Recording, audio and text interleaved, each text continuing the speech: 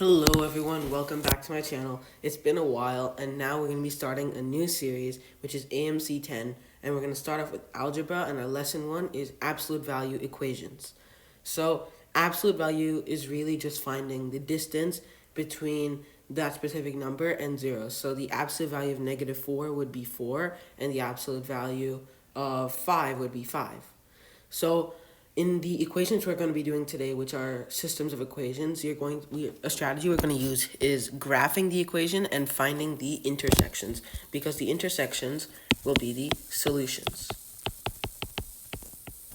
Now, a very good tip is to remember to consider cases based on if the number or expression is positive or negative.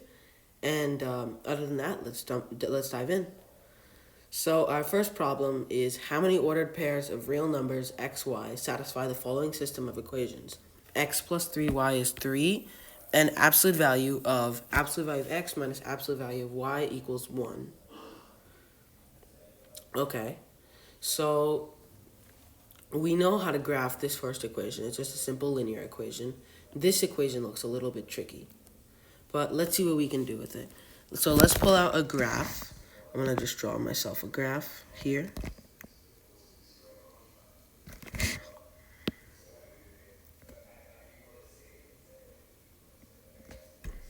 And what I'm going to do is I'm going to first graph x plus 3y equals 3. So that's y is equal to -1/3 x plus 1. So that graph will look something like this.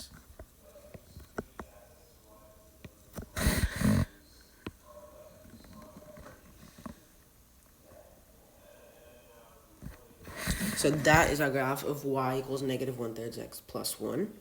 And now we can look at our second equation. Absolute value of x minus absolute value of y equals 1.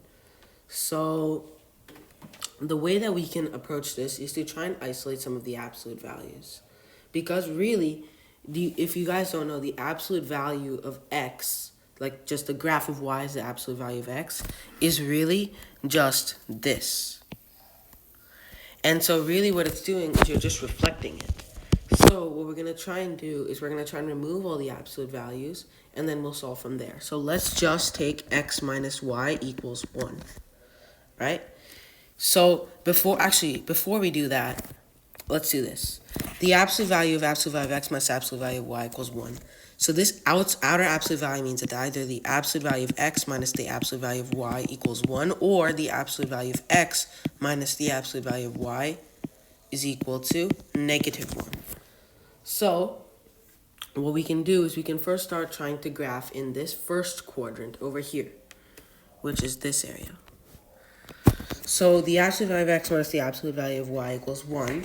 Let's first remove all the absolute values. You get y is equal to x minus 1. That is very simple to graph. You can just take it from right here, and it will look something like this. And then we can take the other side. Y is equal to x plus 1. Then it'll graph like this. Now you realize how this is all going to just be reflected on all four axes because of the absolute values. You have one absolute value. Oh, sorry about that. You have these absolute values, so it'll be reflected across both the x and y axis. So this will then be reflected like this.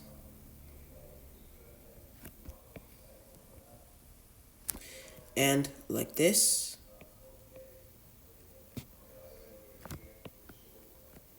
And like this. And now we can look at our graph and see how many intersections there are. We have one intersection here, one intersection here, and one intersection here, for a total of 3 intersections, which is our answer. Alright, let's move on to the next problem. How many ordered pairs x, y of real numbers satisfy the following system of equations? X squared plus 3y equals 9, and absolute value of x plus the absolute value of y minus 4 whole squared is 1. So I recommend that you all get comfortable with simple absolute value graphs like this one, which is just the absolute value of the x plus the absolute value of y. It is just a diamond that looks like this. So the way that we can go about this is, first I'm going to draw a bigger graph.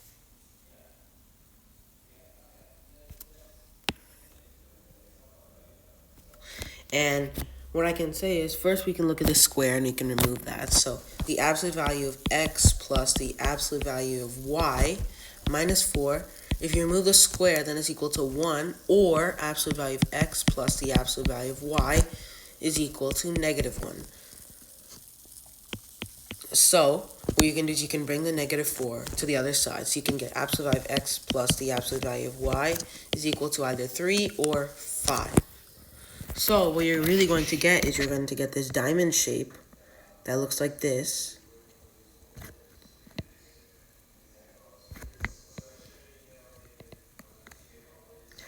At the 3 mark, such that this is all 3. And then at the 5 mark too.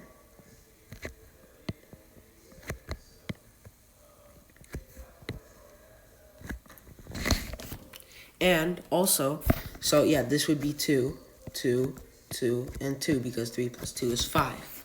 So now that we have the hard equation graphed out, now we can just graph out the simple quadratic equation.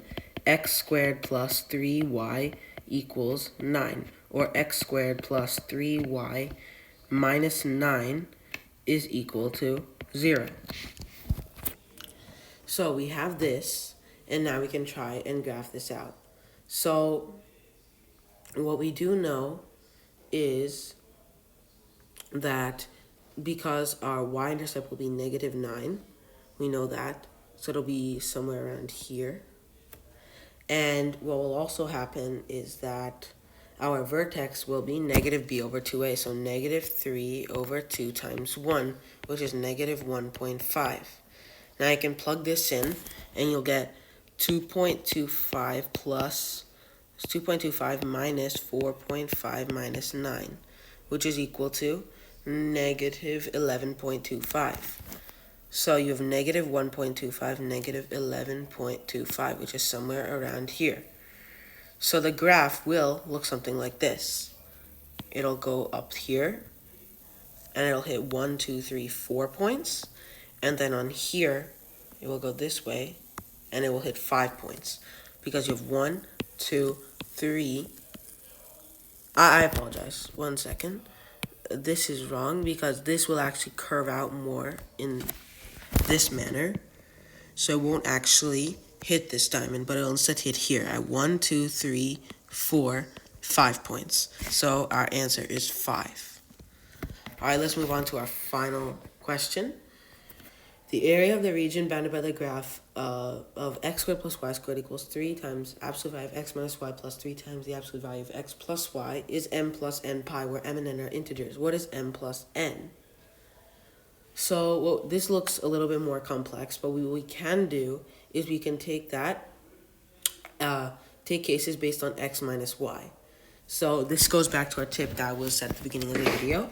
So we can take, because absolute value of x minus y means that either x minus y equals x minus y, or x minus y equals y minus x. So what we can do here then is we can say that case 1 is that x minus y equals x minus y, and x plus y equals x plus y.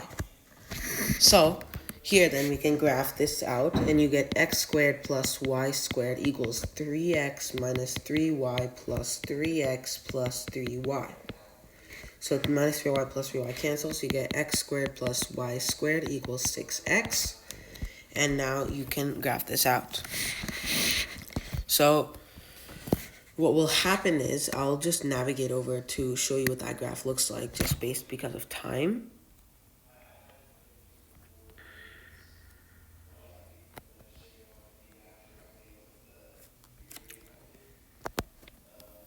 So if you look at it, as you can see, they also do this here.